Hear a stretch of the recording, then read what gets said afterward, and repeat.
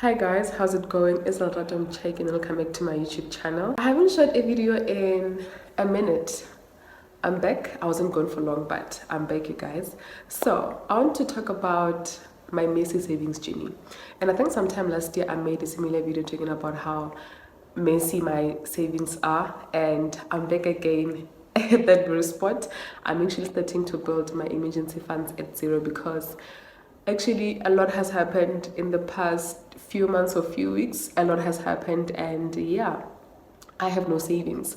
And if I'm just really being honest, saving is not really my strongest point. My strongest point is investing. When it comes to investing, guys, I never negotiated myself, and I think I've mentioned this before but didn't get into detail about it. Saving for me is a bit, I am not so disciplined like I am when it comes to savings. But with investments, it's a thing of, okay, you know what, I'm going to invest this money into this ETF or whatever stock, and I have to leave it there because I understand the importance of compound interest, and I wouldn't want to tamper with my future gains. So investing for me is pretty much easy, or rather it's the easiest way to save money, because at the end of the day that money is mine. So it is way too easy for me because I am able to just invest money and not touch it. Since I started investing last year, because I started at zero the beginning of last year, I haven't touched my investment. I've never made any withdrawal, none whatsoever. Even my dividends, I've reinvested them, right? So it is not the same with saving.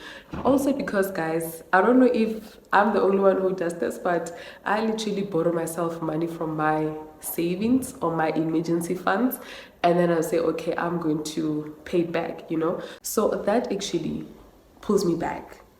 That hinders my progress big time, and I am aware of it. So personally, I just chose to invest more, and understanding that investing is my strongest point, then let me invest more money. And then in that way, I am also still saving money, just that it is in investments, but I am still saving money. So I am not so good with saving. I am actually not so good at saving, and I've made peace with that. But what I have done that actually worked for me was that once I'd hit 10,000 in my savings, then I'm going to fix it, and then I'm going to start from scratch. So this time around I hit 10,000 and things happened in my life. Like, my life was just, so things happened that needed money. And remember, I still have that money. Like, I had that money in my emergency funds, and I do understand that the importance of having an emergency funds is that whenever you are in need of money, you are able to help yourself instead of resorting to debt. And another popular reason why we need to have emergency funds is that should anything happen, should you lose your ability to make money, should you get retrenched, resign, anything like that, then you'll be able to tap into your emergency funds and be able to pay your bills, right? So for the longest time, I was building my emergency funds solely for that, you know what, I have to build these reserves just for when anything happens, and then I'll be able to pay my bills, right? But what actually shifted my mind, because I would actually get so frustrated during months where I need money, and I'm just like, oh my goodness, I cannot touch those savings because those are my emergency funds. But having conversations with my friend about money, someday she once said, that money is yours at the end of the day. In as much as the reason why you've put it there, it is not for the reason why you need it now.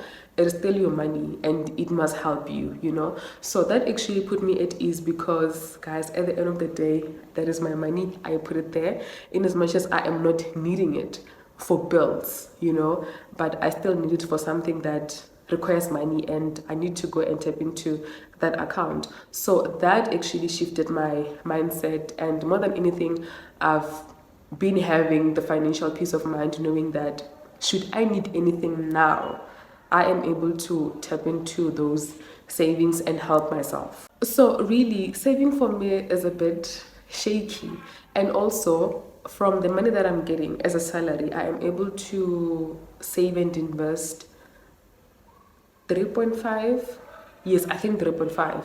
And I was investing from my salary, right? I was investing 2.5 and saving 1,000 rand. So you can imagine it. I will need to save for 10 months to hit 10,000 rands, right? And yes, I know that we are told to prioritize emergency funds and then move to investing. I just did what was working for me, because I looked at my life and I was like, if I am to lose my job today, what's going to happen? I'm not going to be stuck in Joburg, keep on tapping into my emergency funds if I can just go back home, you know? So I just looked at my life and I was like, okay, I don't have much responsibilities. So now I am safe with investing much and saving little. But now, this actually costed me so much, because right now as we speak, guys, I only have 2,000 rands in my emergency funds, and I just transferred it after getting paid this month, right? So I was literally at a zero. I was literally at a zero, and I was only able to save and invest 2,000 rand. And I was like, I don't have any money in my savings, so let me just take all of this money and put it into my savings and not invest any, because make it make sense, you know. So I'm back to building my emergency funds, and it's going to take a very long time to even hit a near 10,000 rands, but it's absolutely okay. So what happened actually is that I've realized I'm an emotional spender.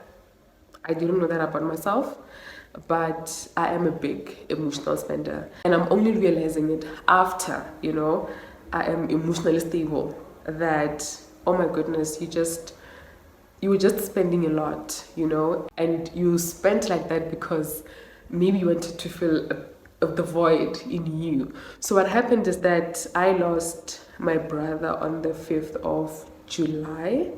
Yes. And 6 weeks before that, before the 5th of July, I lost my aunt. So losing my brother and my aunt was a lot. And that's how I got to emotionally spend my money, you know, and later realized that, oh my goodness, some of the things, girl, you're not even supposed to do, right? But I think, I don't know, man, like I can't really talk much on this, but I would like to believe that that's what happens maybe to most people when they are not emotionally stable, you know, they get to spend more, and this could be grief.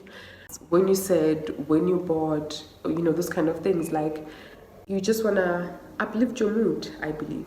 So yeah, guys, emotions really knocked me down like that. And I had enough savings, actually. I had more than 10,000. And while I'm at that, my phone decides to die. My phone literally fell to the ground and it died. It was an iPhone 7 Plus, and I had to let it go. It was old, and I knew that at any given time it could just, you know, give up on me. I knew that. So when it died, I was like, you know what, it's fine. It's fine.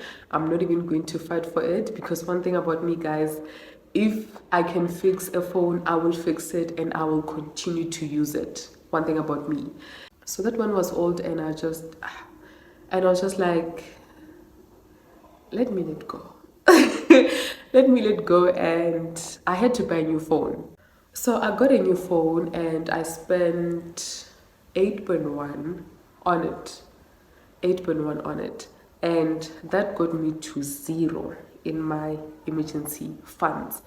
And honestly, I was not so thrown off by the fact that I don't have any savings, because I can always build the funds again. Honestly, at any time in my life, if I am at a point where I need to use up all my emergency funds, I'm going to do so, and I can always start from scratch, you know. And I think sometimes we get to be so obsessed with having money in the bank that when now something comes and requires us to pop that money, it's a bit of a, you know, because you are not so used to having zero in that account. But honestly, if something happens and it needs money, you have that money, then you need to just take that money and put it there, you know. So I was just like, this is not how I saw things unfolding, but this is where we are. and it's absolutely okay. So I bought a new phone and I had zero in my emergency funds, and I actually felt like August was the longest month because I was dry. I was 100% dry, and I did not have any other savings because they are depleted, and I only have money in my investments, and I cannot touch that money in my investments. So it's really been it's been shaky. I think financially, August for me was a bit, ooh, you know. But yeah, man, to get back on my 2 feet is going to take a few months, I believe, because I was only able to save the 2,000, and I don't know if I'll be able to save and invest next month because I have other things going on. It's life. So it's okay. I think it's okay. And what puts me at ease is the fact that I have money in my investments, you know. It's not like I have nothing at all. And what I can say is, guys, know where your strengths lie. Are you an investing person? Are you a savings person? Which one are you good at? And just focus on it. Because imagine now if I had focused on saving and looking at my lack of discipline sometime, I don't think I would have progressed the very same way I had by investing more, you know. So it's really a matter of knowing where your strength lie and focusing on that thing. Actually, this month was the month that I was supposed to max out my tax-free savings account, but I did not because, and yeah, I will continue with investing the following month, but I still need to think of how I'm going to go about it, because if I only have 3.5 from my salary to save and invest, and my savings are shaky like that, then I might need to pull back on investing and focus on saving. So yeah, guys, I just thought I should come in here and, you know, have a chat with you guys about where I am with my savings. So I will give an update at the end of the year of how I'm going with it. I just pray that I do better, honestly, because wow, saving can be hard sometimes.